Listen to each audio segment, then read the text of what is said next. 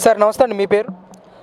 Maddirala Gangadhar, state డైరెక్టర్ని, ఆంధ్రప్రదేశ్ నాయీ బ్రాహ్మణ corporation.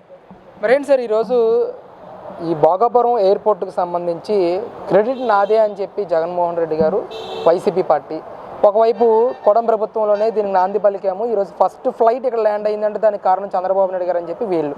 Sir credit ఎవరికి ఇవ్వచ్చు అంటారు? ఇది యొక్క క్రెడిట్ మన ముఖ్యమంత్రి వర్యులు నారా చంద్రబాబు నాయుడు గారిది.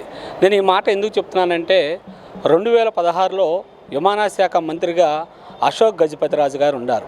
అశోక్ గజపతిరాజు గారు ఉన్నప్పుడు చంద్రబాబు నాయుడు గారు భోగాపురంకి విమానాశ్రయానికి నాంది పలకటం జరిగింది. అయితే జగన్మోహన్ రెడ్డి గారు ఏంటంటే తెలుగుదేశం కూటమి ప్రభుత్వానికి మంచి పేరు వస్తుంది, ప్రజల్లో మంచి స్పందన ఉంది, కులాలకి మతాలకి వర్గాలకి పార్టీలకి అతీతంగా ఈ రాష్ట్రంలో అభివృద్ధి సంక్షేమాన్ని రెండింటిని రెండు కళ్ళుగా భావించి ఇప్పుడున్నటువంటి ఈ కాలానికి అనుగుణంగా నూతన టెక్నాలజీని ఉపయోగించి పనిచేస్తున్నటువంటి నారా చంద్రబాబు నాయుడు గారిని చూసి ప్రజలందరూ కూడా హర్షం వ్యక్తం చేస్తుంటే ఈ దుర్మార్గమైనటువంటి వైఎస్ఆర్సీపీ పార్టీకి చెందినటువంటి కొంతమంది మంత్రులు కానీ ఎమ్మెల్యేలు కానీ మరి మాజీ ముఖ్యమంత్రి జగన్మోహన్ రెడ్డి గారు కూడా ఇలాంటి మాటలు మాట్లాడటం అనేది ప్రజలకు కూడా ఎవరు సహించేటువంటి విధానం లేదు. రాజకీయాన్ని రాజకీయంగా ఎదుర్కోవాలి తప్ప ఇలాంటి నేను నా హయాంలోనే చేశాను లేదా నేనే పర్మిషన్లు తెచ్చిన అయ్యి అని చెప్పేసి కళ్ళబొల్లి మాటలు చెప్పి కాలాన్ని గడుపుతున్నాడే తప్ప మీకేదన్నా దమ్ము ధైర్యం ఉంటే ప్రజల పక్షాన ప్రజలకు అవసరమైన వాటిని ప్రభుత్వాన్ని అడగండి. అంతేగాని ఇలాంటి చౌకబారు మాటలు మాట్లాడి మీ రాజకీయాన్ని దిగజార్చుకోవటం అనేది అది మీకే వదిలేస్తున్నాం. అంటే సార్ ముఖ్యంగా ఈ భోగాపురం ఎయిర్పోర్ట్ ఒక్క విషయంలోనే కాదు, ప్రతి విషయంలోనూ కూడా ఈరోజు జగన్మోహన్ రెడ్డి గారు చేసిందే ఈరోజు రాష్ట్రంలో అంతా కూడా ఉంది. దీనిని క్రెడిట్ చోరీ అంటే చంద్రబాబు నాయుడు కూటమి నాయకులు జగన్మోహన్ రెడ్డి గారు చేసింది కూడా మేము చేసామని చెప్పుకుంటున్నారని చెప్పేసి కూడా పెద్ద ఎత్తున మాట్లాడుతూ ఉన్నారు. జగన్మోహన్ రెడ్డి ఇలాంటి మాటలు చెప్పడానికే పనికొస్తాడే తప్ప ఈ రాష్ట్రంలో ఉన్నటువంటి ప్రజలకు ఉపయోగపడే విధంగా కూడా ఎలాంటి పని కూడా చేయాల. నేను చెప్తున్నాను, ఈరోజు రాజకీయంగా మేము ఎక్కడైనా సరే బహిర్గతంగా జగన్మోహన్ రెడ్డి హయాంలో అభివృద్ధి సంక్షేమం ఏ విధంగా మరి కుంటుపడింది, ఇప్పుడు ఉన్నటువంటి తెలుగుదేశం కూటమి ప్రభుత్వ హయాంలో అభివృద్ధి సంక్షేమం ఏ విధంగా జరుగుతుందే మీ నాయకులు కానీ మీరైనా ఎవరైనా సరే బహిర్గతంగా చర్చకు రెడీ.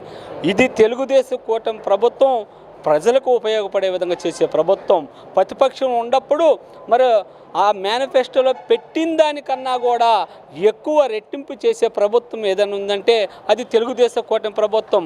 ఫర్ ఎగ్జాంపుల్ మహిళలకి బస్సు ప్రయాణం చెప్పాము, ఆ రోజులు ఏ విధంగా చెప్పాం, లోకల్ జిల్లా స్థాయిన, కానీ ఈరోజు రాష్ట్ర స్థాయి వరకు కూడా మహిళలకి మరి ఉపయోగపడే విధంగా ఆ పథకం ప్రవేశపెట్టాం.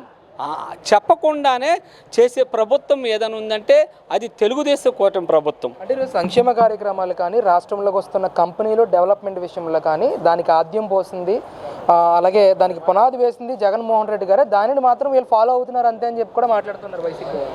తెలుగుదేశం పార్టీ ప్రతిపక్షం అధికార పక్షం రెండింటిని చూసింది. ప్రజల పక్షాన మరి పోరాటం చేసింది ప్రతిపక్షంలో ఉన్నప్పుడు. అధికార పక్షం వచ్చిన తర్వాత ప్రభుత్వం అందించే అభివృద్ధి సంక్షేమ పథకాలు వినియోగించుకొని వారి యొక్క జీవనోపాధి మెరుగుపడాలని ఏకైక లక్ష్యంతో పనిచేసిన ప్రభుత్వం తెలుగుదేశం కూటమి ప్రభుత్వం. ఈరోజు ఒక పరిశ్రమను స్థాపించి ఒక పారిశ్రామికవేత్తగా ఉండి నలుగురికి జీవనోపాధి కల్పించేటువంటి ఆలోచనతో పనిచేసే ప్రభుత్వం తెలుగుదేశం కూటమి ప్రభుత్వం. మీ హయాంలో ఎన్ని పరిశ్రమలు వచ్చినాయి? మరి తెలుగుదేశం కూటమి ప్రభుత్వం వచ్చిన తర్వాత ఎన్ని పరిశ్రమలు వచ్చినాయి? మీ హయాంలో జై ట్యాక్స్ వల్ల మరి ఎన్నో కంపెనీలు వెనక్కి కూడా వెళ్ళినాయి. ఈరోజు అమరావతి రాజధానిని చూసి మరి నారా చంద్రబాబు నాయుడు గారు చేస్తున్నటువంటి అభివృద్ధిని కూడా చూసి అనేక రకాలుగా మరి ఆంధ్రప్రదేశ్లో అమరావతి రాజధానిలో కంపెనీలు పెట్టాలని విపరీతంగా స్పందన వస్తుంది. ఎందుకంటే ఇది తెలుగుదేశం కూటమి ప్రభుత్వంలో మాత్రమే సాధ్యం అవుతుంది తప్ప వైఎస్ఆర్సీపీ ప్రభుత్వంలో ఎప్పుడు కూడా ఎటువంటి కంపెనీలు తేలేరు కూడా అని కూడా అందరికి తెలుసు. తేలేదు, ఏమి తేలేదని కూడా ప్రతి ఒక్కరికి కూడా తెలుసు. తెలుగుదేశం కూటమి ప్రభుత్వం లక్ష్యం ఒకటే, ఈ రాష్ట్రం అభివృద్ధి సంక్షేమాన్ని రెండింటిని రెండు కళ్ళుగా భావించి మరి యువ నాయకుడు, యువగలం అధినేత న్యూ టెక్నాలజీ ఉపయోగించి ఇప్పుడు ఉన్నటువంటి కాలానికి అనుగుణంగా ప్రతి సామాజిక వర్గానికి సంబంధించిన ప్రతి ఒక్కరికి కూడా నెలకి కనీసం 50,000 రూపాయలు ఆర్థిక వనరులను వినియోగించుకుని వారి యొక్క జీవనోపాధి మెరుగుపడాలని ఏకైక లక్ష్యంతో పనిచేస్తున్నటువంటి యువ నాయకుడు నారా లోకేష్ గారు అని కూడా తెలియజేస్తున్నాం. అంటే నారా లోకేష్ గారు ఈరోజు రాష్ట్రంలో రెడ్ బుక్ రాజ్యాంగాన్ని అమలు చేస్తున్నారని చెప్పేసి కూడా పెద్ద ఎత్తున వైసీపీ వాళ్ళు మాట్లాడుతున్నారు. మీరు ఎప్పుడైనా సరే ఒకటి గుర్తుపెట్టుకోండి, ఈరోజు నారా లోకేష్ గారు రెడ్ బుక్ ద్వారా ఎవరినైనా సరే అక్రమంగా ఎక్కడైనా అరెస్ట్ చేశారా, ఏదైనా ఉంటే సాక్ష్యం తీసుకురండి. ఆ రోజు మా నాయకులు ఎటువంటి తప్పు చేయకపోయినా సరే మీరు అక్రమంగా అరెస్ట్ చేసి జైలు పాలు చేశారు. కానీ మేము ఆ విధంగా ఎప్పుడు కూడా ఎక్కడా చేయాలి. మీరు చేసినటువంటి వైసీపీ ప్రభుత్వంలో మీరు చేసిన అక్రమాలు, అరాచకాలు, దౌర్జన్యాలు అన్నీ కూడా ఒక్కోటి 1 by 1 ప్రజలే తెలియజేస్తున్నారు. ప్రజలే మీకు తగిన విధంగా బుద్ధి చెప్పారు.